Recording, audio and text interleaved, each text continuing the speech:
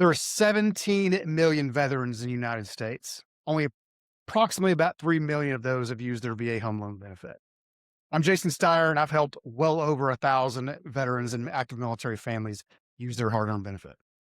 Today, we're going over 10 things that you need to know before using your VA loan. I'm Chastity Rosales, and I've sold over 1,500 homes in El Paso.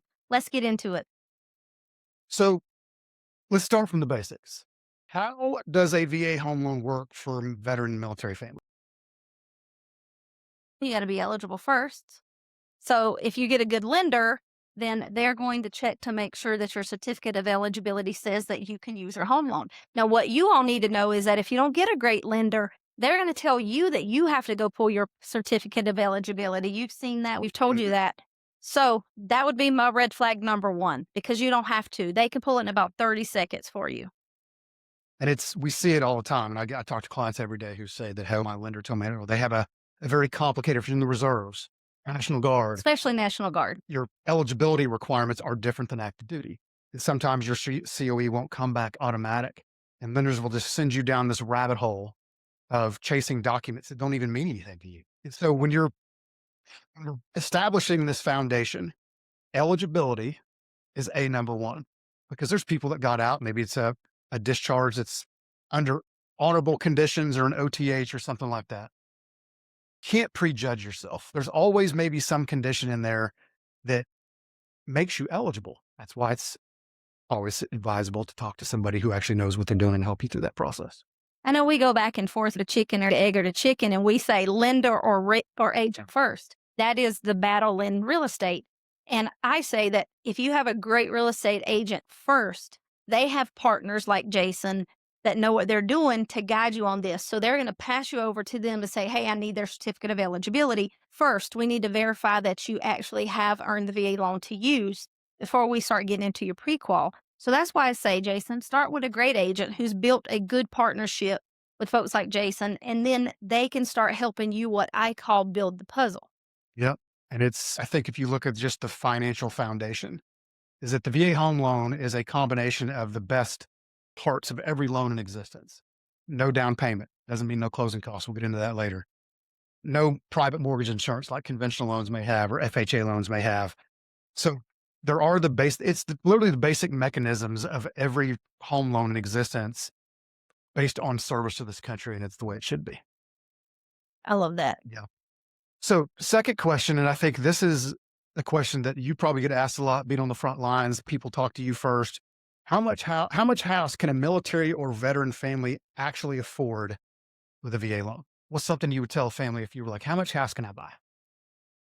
I say, hey, you can buy as much house as you can afford and you're comfortable with. Here's what most people don't know, and you can get more into that is if you've never used your VA loan, there's no cap anymore. You can buy as much as you can afford. If you've used your VA loan again, or once before, then there is a cap and that's state dependent. You have to look that up by the zip code you live in, which that act was called Blue Blue. Water Navy Vietnam Veterans Act. Because before we used to have a cap, so you couldn't go over that. You'd have to liquidate a property or refinance it so you could get your entitlement back. But now you can buy as much as you can afford. But you know what I say, Jason? Don't wait. So many of you wait until you retire saying, I'm going to just wait so I can use it all on my forever home. However, I say buy modestly at every duty station because we can use our VA loan more than once so you can build wealth through real estate. Yeah. So we get asked a lot about, obviously you have the granular level of how much house can I afford. That's debt, income, Right. especially with soon to be retirees that are maybe getting out, got retirement orders and maybe being medically discharged. That's a huge thing these days, by the way. And you never know until you look. So many people prejudge their debt. They prejudge their income. They prejudge their credit. I have bad credit. And I look at it and I'm like, your credit's not bad. Yeah. But people who typically have good credit, they have good credit and low debt because they're very fearful of going into debt. And I think that part of what I like to call veteran financial intelligence is walking them through credit, income, assets, residual income, which is the biggest barometer for a VA loan. And you will never know that unless you go through a strategy session with somebody like me, precipitated by someone like you to walk them Right. down that path, because so many people get a hold of, I think it's become very popular these days because we live in a very instant gratification world. You want to push a button, no matter what Rocket Mortgage tells you. There's no such thing as a push button, get mortgage. You And have to go through the basics. what you need to be cautious of that is it just takes basic data for you to get a letter. That letter really means nothing. There's a difference in being pre-approved Yeah. and being pre-qualified, where they've actually vetted your numbers. And you don't want to do that to yourself. You're on Zillow, you're looking, you're like, oh my God, I love this house. And boom, you call it the little face on there that they pay for marketing to catch you that maybe hasn't even sold a house, so they don't know how to guide you on your Mm, VA loan. You need to first know what it cost where I am buying. And we'll talk more about that too in the calculators. I mean, yeah. right now you said calculators are one of the most searched topics for Yeah. people buying a house. But what they need to know is that it only includes the loan and the interest. Yep. It doesn't include property tax and insurance and if there's an HOA. So it often is skewed and you think, oh my God, I can afford this nice $400,000 house when the reality is it's probably more like 280 in El Paso because of our property Yeah. tax That's a rates. hard conversation to have with people is they get so excited. Like, Yeah. oh my God, I can afford this beautiful home, this and that. And I Yeah. tell them their property taxes were off by only 2% because Yeah. it can get expensive, especially in Texas. We have high property taxes here. You're coming from a different state on a PCS. They get excited because Zillow and Realtor.com do not take into account mud districts and PID districts and all the little nuances that we Yeah. have here. Again, I go back to this is why it's so important to start these conversations early Yeah. because you can set yourself up for a letdown, number one. And number two, you can put yourself in a bad financial position if you go under contract thinking something like this and then it hits the fan when the actual payment gets delivered to you. Not a good thing. Number 3, Jason, this one's on you. What credit score do you need to buy a house with a VA Man, loan? if I got $1 for every time somebody asked me that, and I literally got a text message yesterday, I wish I could show it to you, that a guy had said, "Hey, I want to get pre-approved. I know the VA requires a 620." Those were his exact words. So, Does it though? so this is what if you don't listen to anything we say, listen to this. The VA in the 26-7, which is all online for everybody to go see on va.gov. Okay. Information's out there for public consumption. In chapter 4, there is zero mention of what credit score is required to be able to obtain a VA home loan. Zero. None. Now, the caveat to that, this is wildly important, and who you choose to work with matters because of this point. Lenders will put an overlay, okay, a rule on top of a rule. Lenders will tell you they could be at 580, 600, 620, 640, and all points in between. It is up to the lender to establish what they want in their credit score requirement because it's their money, it's their risk tolerance, and it's entirely up to them. So I've heard people say things about lenders that say they require 620. Why would you do that? It's their money. I'm not here to preach. I don't like people telling Yeah, me they're what to do with taking my all the money. risk. They're so they taking all get the the risk, so they get to make the rule. But here's what I'll say to that is that if you ask a question, if you're talking to a loan officer, talking to a real estate agent, and you ask the question, what credit score do I need to qualify for that loan? If they use the words the VA requires, that should be a huge red flag because the VA requires nothing. And you just learn that by listening to this. But what it means is to me, they may not understand the VA benefit at a deep level, or they may just be selfish and decide that they don't want you to go anywhere else. And they're going to set a 620 and because you have a 619 and they're going to help you mess with your credit to get this. Just ask deeper questions on top of that. Is that a lender overlay? Do you work with other people who can go lower? Whatever that is, but just ask better questions. I agree on that. You hear all kind of things because there's so many myths out there about the VA loan, which I think is why you say over 16 million veterans in the U.S., only 18% have utilized their VA loan, probably less than 3% with that number. And a lot of that has to do with, I just don't know. I don't know where to go. I don't know where to use it. And people get scared when they talk about money and their finances. And this is intended to help you not be scared to say, hey, take the chance. And when we're dealing with credit, people have always been told, don't run your credit. It'll mess with your credit score. They changed that for mortgages Yeah, many we can do years soft ago. pulls. We can do soft pulls now. And also, you can do as many applications as you want with different loan officers to make sure they're saying, hey, you're getting a 30-year investment now. You need to be sure you're getting the best rate and the best service for this 30 years. So you can apply with more than one. And it's encouraged to do so you can actually compare. And I'll tell you what I love about you, Jason, is somebody will come to us from another lender and we'll look at it because we know everything about the buying process. We're not just the ones that's going to open doors for you. I'm looking at that disclosure that another lender gave you. And if there's a red flag, I'm like, wait, that's too much. That sounds like too much. Or you know what? They're actually charging you points for this. You're not really getting this interest rate, which is now a big like bait and switch. Yep. They're like, oh, we're only 5%. What you don't see in the fine print is it costs you $7,000 for that interest rate. So now who's going to pay that, because that becomes part of your closing cost? And you're not always successful getting the seller to pay that as part of the closing cost, which we'll talk about later. But so you got to be okay asking. That's why you got to start with somebody you trust that then has built a trusted partnership to say, look at this. And I'll send it to Jason. I'll say, hey, does this look off to you? And Jason's going to tell me one of two things. He's going to say, you know what? They're getting a great deal. They better take it because I can't match it. And I don't know anybody else that can match Yep. it, which I love about him. Or two is they're out of their mind. And this is why they're out of their mind.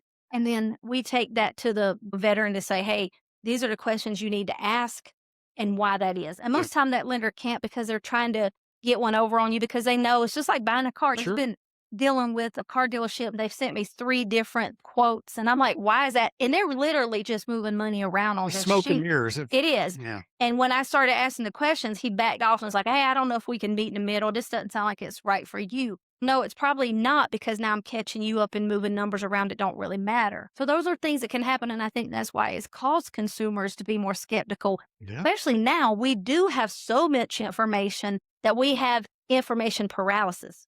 Ah. So you have to be careful of that too. It's real simple. You find a great agent. They help you get a great lender. You do your loan application. We look at the numbers. It works or it doesn't work. It can really be that simple. And if it doesn't work, we figure out why it doesn't work. And then we work as a team to get you where you need to be. I agree. So next question, and this is a big one because we get asked this a lot about, can a military and veteran family really buy a house with zero money down? So we're talking about down payment and then the closing cost scenario, appraisals, inspection, all that. So tell them about the cost involved in buying a home. We just had a family get $1,000 back. So That's was how you zero. work numbers. Yeah, that's how you work numbers. And that is essentially zero down, right? Because they got their earnest money back. So here in Texas, the things that you can count on when you're buying a house is your inspections. That's your third-party inspection plus a termite inspection, because you have to get one with your VA loan in Texas. And I just learned that state dependent. So every state Yep. that requirement, which is That's crazy. Thank you, Texas, because we do have termites in the The desert. soils can do, but in Um, Minnesota, if you're watching this in Minnesota, you don't have to have one. But 'cause you it's too should get cold. one. You should get one. The other thing is you have earnest money, which is your good faith deposit. You can Yep. think of it. And that say, hey, seller, I am serious about buying this house. And then here in Texas, we have what's called an option period. Other states, it's called a due diligence period. And some of those are automatically written in. But in Texas, you have to actually buy that from the seller. So all of that becomes part of your cost to buy a home. And that earnest money and option money is sitting in an escrow account with a title officer. And then you pay directly for your inspections. And then I'll let you talk about how they pay appraisal, because that really is the choice if you pay up Yeah. front to the lender or if you pay later for the lender, and that makes sense. But oftentimes we're negotiating those as part of your closing costs to the seller. And that's when it becomes zero down, is when we're getting the seller to pay those costs for you. Yeah, and I think one of the biggest misconceptions is they hear the word zero down. Zero down doesn't mean no cost, right? You've got to do your appraisals. You've got to do home inspections. You got to do termites and things like that. I think they hear zero down payment. Yeah. They misinterpret that for closing Yeah. costs. There's two different And, things. and I'll caution you on this too, because obviously we've heard this a lot through the years, is that, oh, my buddy I served with said they bought a house and they got all their money back, or they didn't have to do this. I had one just recently. My buddy did it. He didn't have to pay for an appraisal.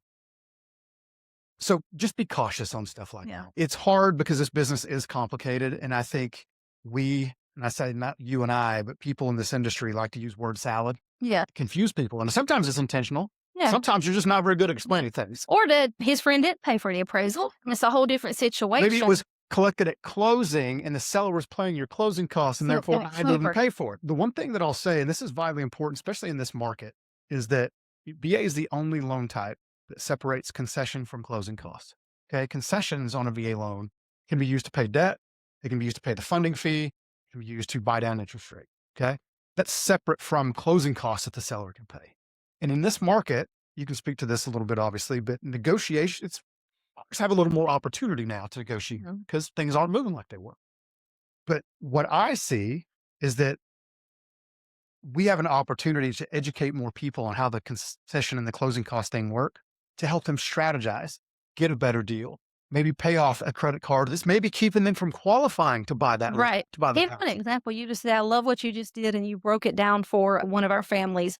And I think it was paying off a car, and the car was like almost 500 a month. Yeah. And you said, hey, take this, move it there. You just freed up $500 a month, which goes against your debt to income, which is also used to qualify you for a home loan. Yep. We And talk they were about like, household debt. oh, Household debt is what yeah, matters, right? yeah. So I don't look at just the house payment matters, right? Interest rate matters. I'm not saying they're not important, but when you assess someone's financial situation, you have to look at their overall household debt. And I think too many times these days people get told you've got to cover this and your BAH has got to cover that. Chances are it's not, especially in higher markets. Some you can still, but if you look at this kid had $35,000 from the sale of his home coming from Fort Campbell. He had a car that was a $17,000 balance. It was almost $700 a month. So we took the money instead of putting it towards the home or on down payment because people are being conditioned to solely do that these days. Yeah. That's what their parents have told them, or Yeah, just that's put it just all normal. down. It's natural, and I understand that. Yeah. So we're trying to undo that thinking in that strategy call and say, okay, look, if you say this house payment's a little high, but you have $35,000 of liquid cash we could take to pay off this depreciating asset to free up $700 a month monthly household debt. Now you're $200 to the good side in your household debt. You get the house that you want, which is resale, which Right. is rentability, all these different things that we go into that you and I talk about with them. And I think that's where most people miss. They don't Yeah. talk about that. It's not just linear. It's, oh, No. I already have all this debt, so I can't afford but this much on my payment. But to put in layman term, what Jason is saying is a lot of people say don't put money down. The VA loan is zero down. We don't have a down payment, which we really do. It's called a funding fee that gets rolled into the loan, which we'll talk about later. But if you have extra money, it will go further, like paying off a car, than putting it down on your down payment on your house. Because for every $1,000 you put down, it changes your payment about $6, give or take. That's Yeah. not enough bang for the buck. Yep.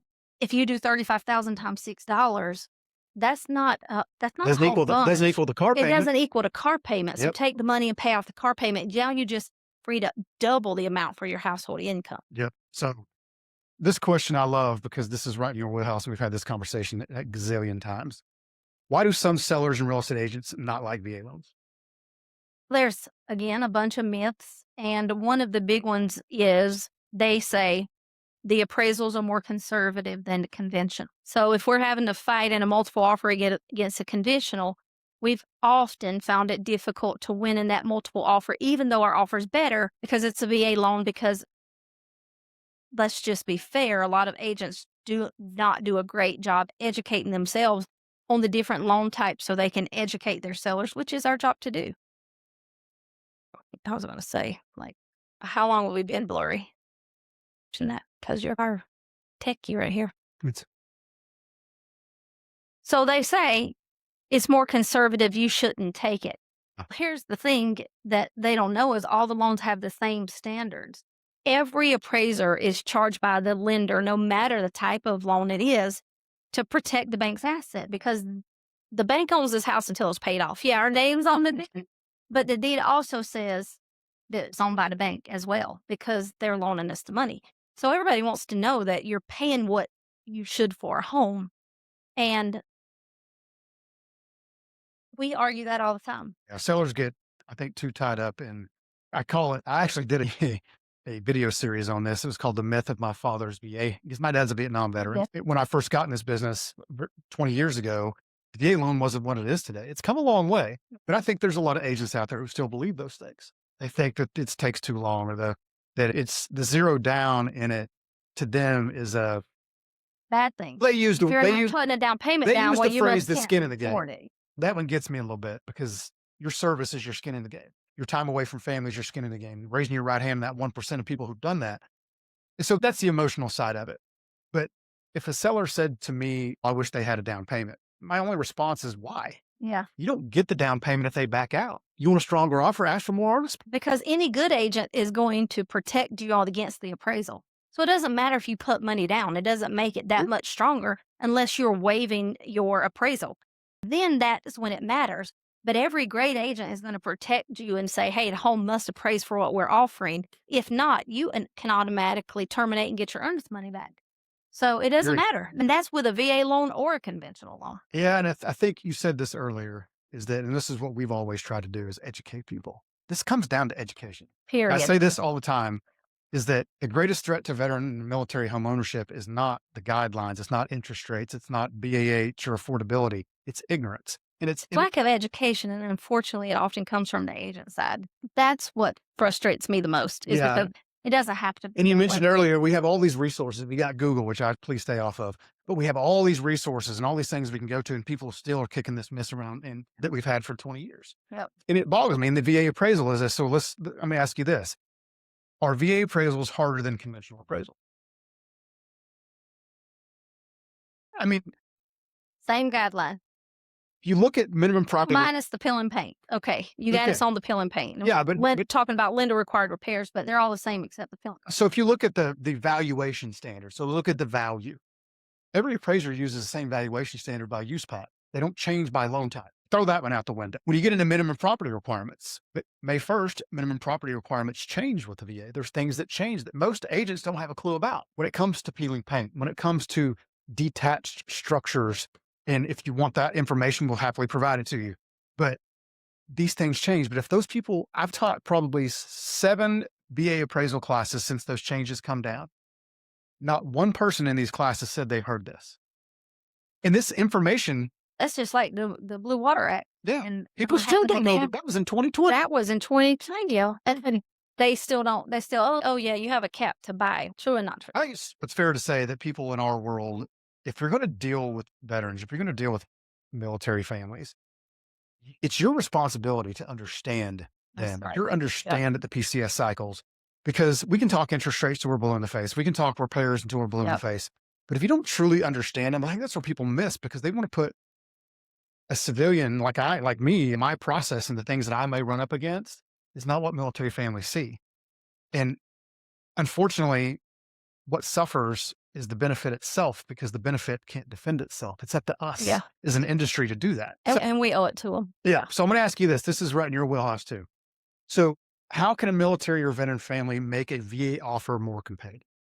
That's going to be situational dependent, because every house is not the same. Every neighborhood isn't the same. So it really is going to depend on what's going on with that house. If we're putting an offer in and I call the agent and they have no offers and the house has been on the market 60 days, we don't have to be that competitive. But if it's a nice house that's hot and we got 3 offers on it, then there's one thing that makes offers competitive, and it's who makes the sellers the most. That's most 9 out of 10 times Yeah. cases. And the second biggest one is timeline. They might need more time in their house. They may be a military family PCS and in 90 days, but they put their home on the market earlier, so they don't want to move out. So really, it's us asking the question to the selling agent, what's going to make me competitive? What does your seller need? So we can't answer that just Blanket stuff. blanket statement. It really is going to be dependent on each situation, which what you need to know is ask an agent how they would handle that if you're in a multiple Okay. offer situation. Ask them how they're going to talk and communicate with the seller's agent, because we have to start there with the house you like. We have to call them. We have to get data to help you be competitive. And being competitive may not be winning in a multiple offer. That could be just getting everything paid so that 0 out of pocket becomes true for you. Yeah. So one of the things that I love that you do, is even back in COVID, because COVID was crazy. Houses flying off the shelf, offers, Military families 27 and veterans offers. We're I screwed mean, it was by the industry. insane. Yeah. But one thing that I love that you do is that if you're making that offer, reaching out to the listing agent and just simply asking them, do you have any concerns about X? And get them talking about, back then it was a stupid termite. How many deals people argued over a $95 termite? Yeah. But asking those simple questions, because if we don't ask, we don't know. So I love that. Number 2, you educate them. Love that too. Because as much as we want to beat them on the head and say, hey, you got to learn better and you got to do more, leadership will lead them across the aisle, because that military family is the one that's going to suffer if we don't. And that's where interviewing. So listen to this, interviewing the agent that you're going to use, asking them those specific questions about how are you going to help me in a multiple offer situation? How are you going to help me if we have appraisal issues? That's where it comes down to the man in the box. Yes. Yeah. Anybody can take you out and find a home. Opening doors is easy. Getting your real estate license 100%. is way easy Yep. or than opening a door. Yep. So you have to know what specifically they bring to the table to help you. And that comes with experience. And yes, we all start somewhere. But hopefully, when you're starting somewhere, you have a great mentor that you can ask these questions that you're being a fiduciary for your client. However, experience does matter. So you need to know how many homes they've sold. You need to know what happens contract to close because I can go open a door, I can write you a contract. And here's the scary thing we get those commonly that's been written wrong. You, as the consumer, don't even know that things in there are written wrong that could affect you legally. That's why experience matters. And that's why questions matter. 87% of you hire the first person you talk to, and you hardly ever ask any questions that really matter to you that legally protect you. Yep. So we're going to do another series on what those questions should look like. But off the top, just ask how many VA loans, what experience do you have with VA loans? And just because they're a veteran themselves doesn't mean that they have experience. Yeah, they may have experience with terminology we use as military families and veterans, but that's different than having experience in selling homes to you. The average loan officer in the United States, okay, this is actual data from this year. Average loan officer in the United States closes 4 VA loans a year. 4. That's about the same as agents. They close 6 or less, and 75% haven't closed one in the last rolling 12 months. That's pretty scary. So 'Cause you're entering into a legal contract. it's This is a not just legal for fun, contract. y'all. Exactly. This means Yeah. something, and people are going to hold you accountable to it. There's 22 or 23 ways that you could be protected in the Texas Fire contract. You need an agent that knows that in case you got to pop smoke. You got 20 some ways to do it with the right agent. You know Yep. what I mean? Yep, 100%, for sure.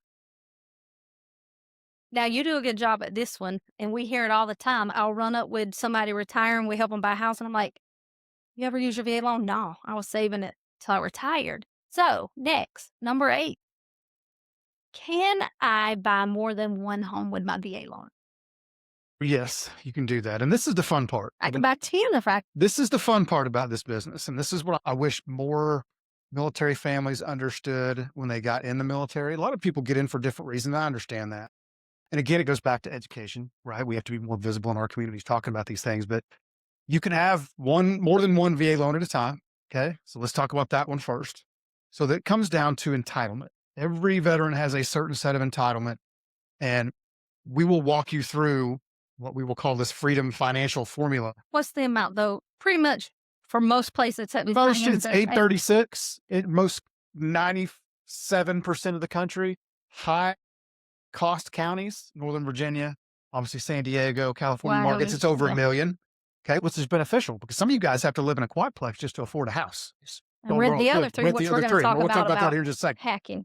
So it's a lot to unpack, but in simplistic terms, if you're at Bliss, you don't buy a house here, you say you buy that house for $250,000. Okay, Which you still can, by the way. absolutely, you get orders to brag. Okay, you want to keep that house.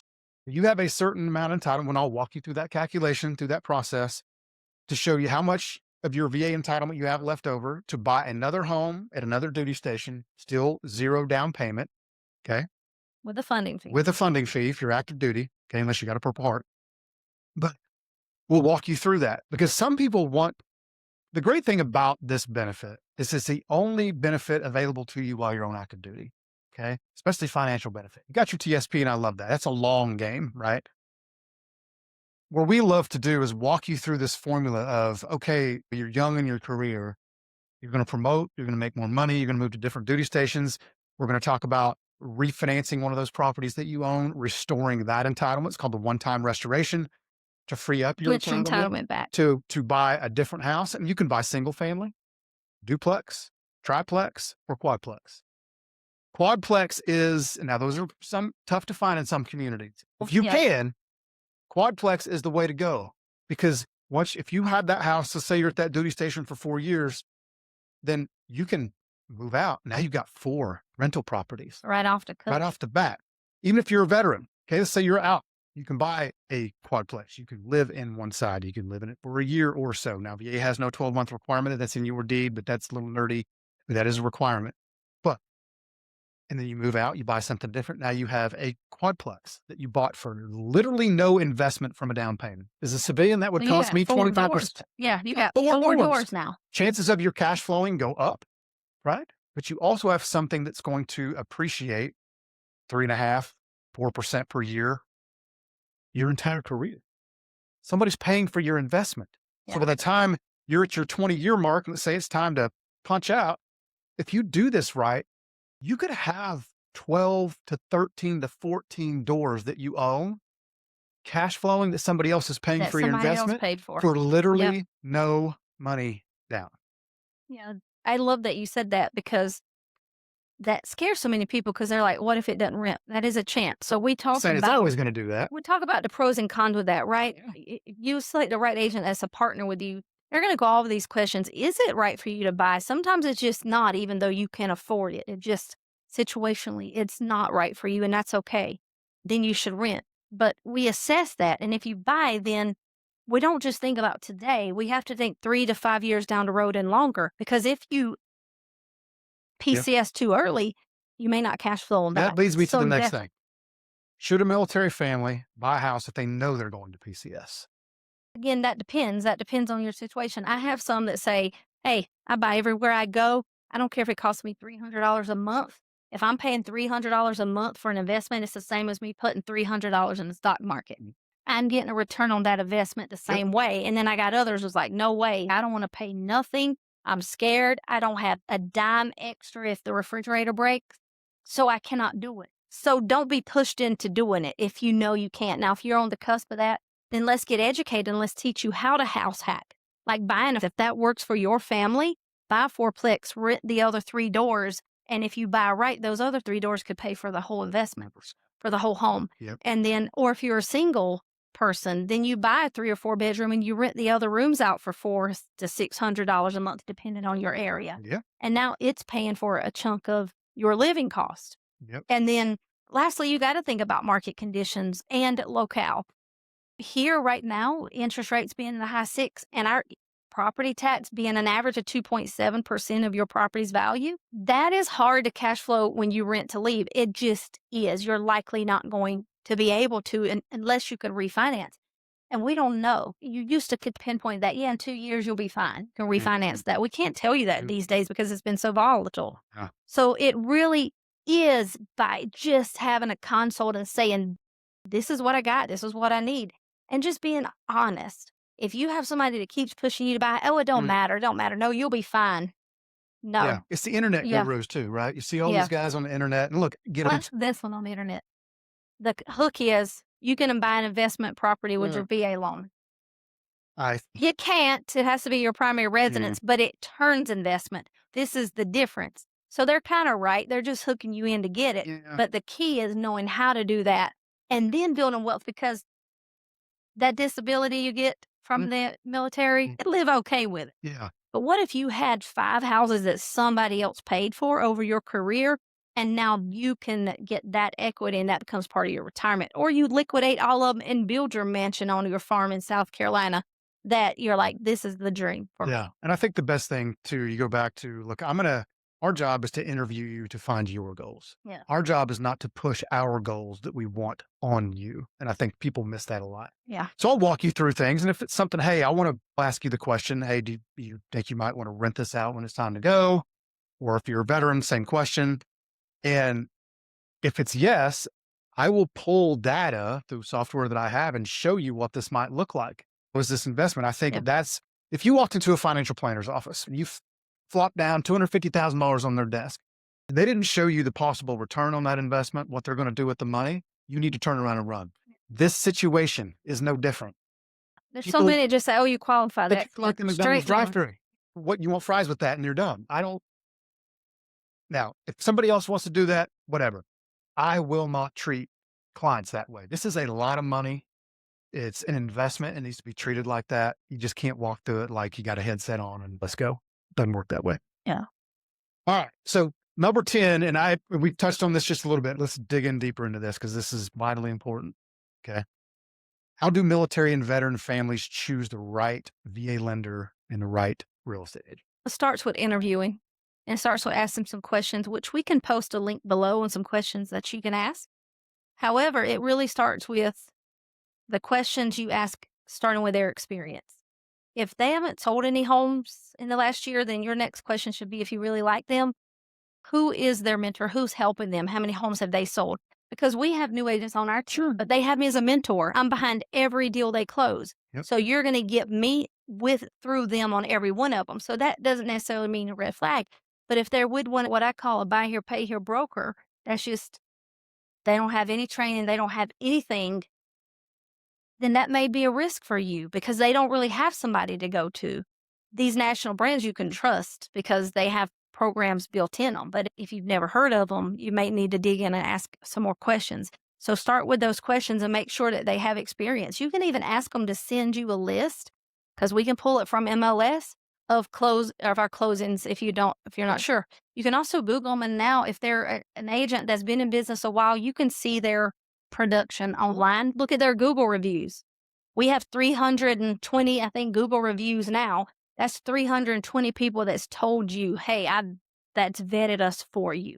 So look at those as well. Yep. And then if you choose the right agent, that's a great agent, they're going to have a lender that they've worked with, a whole team of people that they can refer you to that they've also vetted to say, hey, it's a legit business that cares about you and does business morally and ethically, that takes care of our military families. Yeah. And I think questions for lenders, and I'll give you guys some questions to ask, but if you're looking at lenders, same things. How many VA transactions do you close in a year?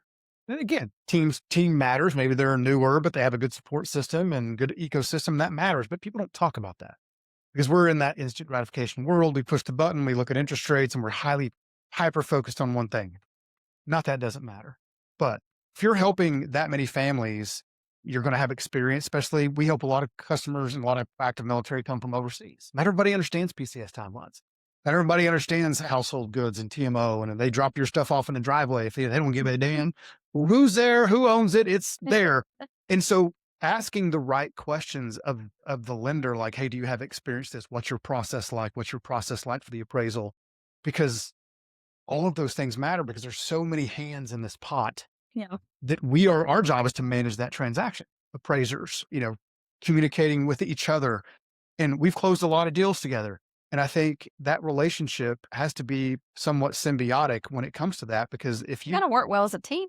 because I can say this, that I don't think I've ever had you've ever asked me where we were at in a transaction because communicative, right? Because your job is to help them. And if you're asking me what I'm doing, you can't help them. And so it's this ecosystem that I think if you're looking at lenders, there's a lot of lenders out there who do a lot of direct to consumer marketing. As you talked about just a minute ago, the hooks matter. They get you in, they suck you in, and maybe they're not the best for you. Maybe they spend a lot of money on direct to consumer advertising and they got to recoup that cost somewhere. Nothing's free. Speaking of that, what you should know is the VA does not work for anyone. Nobody works for them. The VA doesn't have a lending group. They allow private lenders. Every single person marketing to you is a private company owned by private people, is not have anything to do with the VA, the military, or anything. You only see them because of the money they pay to market to us to make you believe that they are a part of us and advocate for us. But that's not always the case. They're a for-profit business. So you know what they say, follow the money, because it's all about the money. It is for everybody. And when you're choosing an agent, if you don't choose the right one, it's all about their commission. And if you think about 75% of them not selling one home, they need to make money. So sometimes it becomes more about, I'm just trying to survive than help you survive this decision in 3 to 5 years. Yeah. So be careful with that. And that's a real thing. I'm going to ask you, when you can ask me this too, we'll wrap it up with this. So what is one piece of advice what's one piece of home buying advice you would wish every military member or veteran heard before they ever talk to a lender or real estate agent? All the things that we've talked about here is equally important. There's not one thing, but if I always say one thing, it start with BAH equals buy a house. They literally pay us. We are literally paid, y'all, by the government to invest in real estate. That's how I see BAH. Yep. That is a housing entitlement that we get that nobody else gets unless they're moving. Like these companies that move you get a stipend, but they don't get a monthly housing allowance like we do to literally invest that. Well, let's just do quick math. If it's $1,200 a month, which you're not getting rent here for that, a great house, that's $24,000 a year, right? Yeah. 1,200 a month, 24,000 a year. Now times that by 3. That's over $80,000. Over $80,000 that you've given to somebody who mastered the concept we're teaching you to build wealth through real estate. Now you're helping them build their retirement portfolio when you could be doing the same for you because you are given money every month to do it. Now, what's important about doing that is having the right partner. All the things that we've talked about to you today to make sure you're educated, you know what questions to ask, so you do not become a victim to somebody who has not done the work to be educated to make sure you buy right and smart. And it's all about that. And I think if we're going to stick one piece of advice in their heads before they get to us, especially for active duty, veterans too, but specifically this is for active duty, is it's not as hard as people make it out to be. I think we talk to a lot of families, and when my one thing that I tell everybody is my goal for you when we're done with this is to say, pretty easy. My God, I thank God that's open. And I've never had anybody say that. And because people go into it thinking they're going to take my firstborn, they're going to take a blood sample, and it's just There is a lot of paperwork. it's a lot you of gotta paperwork. get. Not a lot, but when you're active duty, and if you have a streamlined process, look, my goal, and this is going to sound crazy, but when they go under, once I pre-approve someone, especially if they're active duty, I don't really want to talk to you. I don't have to because the process it's so Yeah. much simpler if you do the things that we tell you to do. So the one thing is don't prejudge yourself or this process because That's what other people tell you. it'll hold you back. Yeah. Because it'll keep you from creating financial freedom for yourself. Yeah. And Yeah. the government doesn't pay a whole lot sometimes. This is a benefit that can help you build a financial They don't future. pay us a whole lot, but we have other benefits that offset that we should be able to use, just like our education benefits. And you know how you have the barracks lawyers? You have the barracks housing specialist as well, hence the word barracks, meaning that they don't know. They've heard somebody say this, they've heard their buddy say that about 10 years ago. Buying today is even different from buying 1 year ago, Oh, for sure. especially 10 years ago, or somebody's still stuck in COVID time where the market was crazy.